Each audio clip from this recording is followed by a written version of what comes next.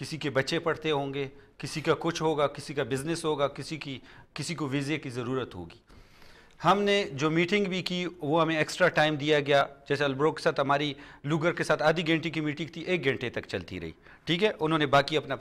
ہماری ڈیٹیلز میں بات ہوئی۔ لیکن جب ہم اس جگہ پہ ہیں، یہ ہمیں پاکستان کی عزت سب سے پیاری ہے پہلے،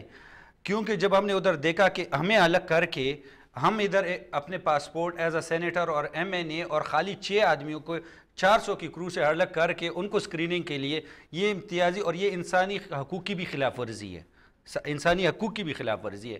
تو اس لیے ہم نے وہاں اس چیز پہ احتجاج کیا اپنے ملک کے لیے، اور اپنا یہ ریکارڈ کروایا کہ یہ آواز ادھر جائے اور ان کو سنائی دے کہ اگر ایک طرف آپ جنگ ختم کرنا چاہ رہے ہیں، کچھ لوگوں کے لیے آپ ایسا قانون بنا رہے ہیں کہ پوری اسلامی دنیا کو آپ اس میں ٹیررسٹ حساب کر رہے ہیں۔ سینیٹر صاحب، پاکستان کی عزت کی خاطر آپ نے سب کچھ کیا، جی بالکل، تو آپ کا فرض نہیں بنتا تھا کہ امریکی خرچے پہ آپ امریکہ نہ جاتے، انکار کرتے اور اپنے پاکستان کی حکومت اور اپنی جیب سے جاتے اگر یہ قومی مقصد تھا؟ تو اگر ہم اپنے جاتے تھے، ہم ان لوگوں کے ساتھ ملاقات، یہ جن لوگوں سے ہم نے آپ کو ملاقات کہا وہ ہمیں کون ارینج کر کے دیتا، اور آیا ادھر جب آتے ہیں فاٹا کا کن ممبروں کے ساتھ ان کی ملاقات ہوتی ہے، اور جب ہم ادھر گئے تو ہم ان کے ساتھ کس لیول پہ ملاقات کرتے، وہ ایک الگ ملک ہے اور ہم اپنے خوداری اپنے الگ شخصیت پہ اپنی عباس صاحب، خوداری عزت کی بات تو ایک جگہ، لیکن آپ امریکی خرچے پر گئے، آپ کو انکار کرنا چاہیے تھا امریکی خرچہ قبول کرنے سے۔ تو ہم نے امریکہ خرچہ یا امریکہ کے قانون سے ہمیں کوئی اختلاف نہیں، ہم تو یہی کہہ رہے ہیں کہ یہ جو جنگ ہے، اس وقت وہ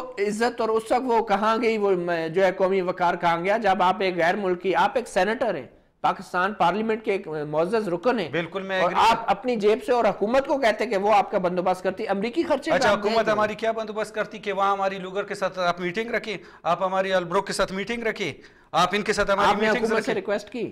ہم آپ کو کہہ رہے ہیں جب ہم ادھر ہوتے فاٹا کے ممبر آج تک ملاقات نہیں کی ہے، جنگ ہو رہی ہے، فاٹا کا نام لیا جا رہا ہے 40 سال سے، فاٹا کا تباہی آئی ہے، فاٹا کی جہاں سکول نہیں ہے، ایجوکیشن نہیں ہے، تباہی ہے، پیسہ آیا فاٹا کے نام پہ، ہم تو یہی چیز روتے ہیں اور ہر فلور پہ روئے ہیں۔ آپ نے کیری لوگر کو کیا کہا کہ وہ پیسہ آپ تک نہیں پہنچ رہا؟ ہم نے یہی کہا کہ آپ بالکل، ہم نے یہی جواب دیا ہے کہ جو پیسہ آپ لوگ ضائع کر رہے ہیں، ہم نے یہاں تک کہا کہ ہمیں آپ کا پیسہ، اگر آپ آ رہے ہیں، یہ جو ٹیکس منی ہے جو آپ کہہ رہے ہیں، ہم امریکن لوگوں کا یہ ٹیکس کا پیسہ ہے جو ہمیں مل رہا ہے کہ ادھر یہ ان لوگوں کی مدد کی جائے اور یہ سسٹم ختم ہو جائے، ہم نے کہا وہ پیسہ آپ کا ضائع ہو رہا ہے سارا، کیونکہ آپ ہی کے لوگ جو NGOز آپ نے بنائی ہیں، جو کام 3 لاکھ پہ ہوتا ہے ان کا 18 لاکھ روپے ریٹ کر کے واپس NGO میں تقسیم ہو جاتا ہے۔ ہمیں ادھر چاہیے میگا پروجیکٹ، یونیورسٹیاں، کالج، روڈ، آپ ہمیں وہ بنا کے دیں جس سے پتہ چلے کہ آپ واقعی قبائل۔ کیری لوگر نے کیا کہا؟ ہاں انہوں نے کہا جی بالکل ہم نے وہ بل تیار کیا ہے انڈسٹری فری زون کا، لیکن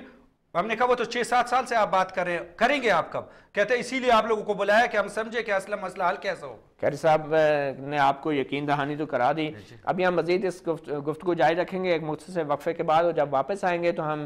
MNA کامران صاحب سے پوچھیں گے وہ کس حد تک اس کو درست سمجھتے ہیں امریکی خرچے پہ وہاں جا کر اپنی حکومت کی پالیسیوں پر تنقید کرنا، ایک مختصر بریک کے بعد۔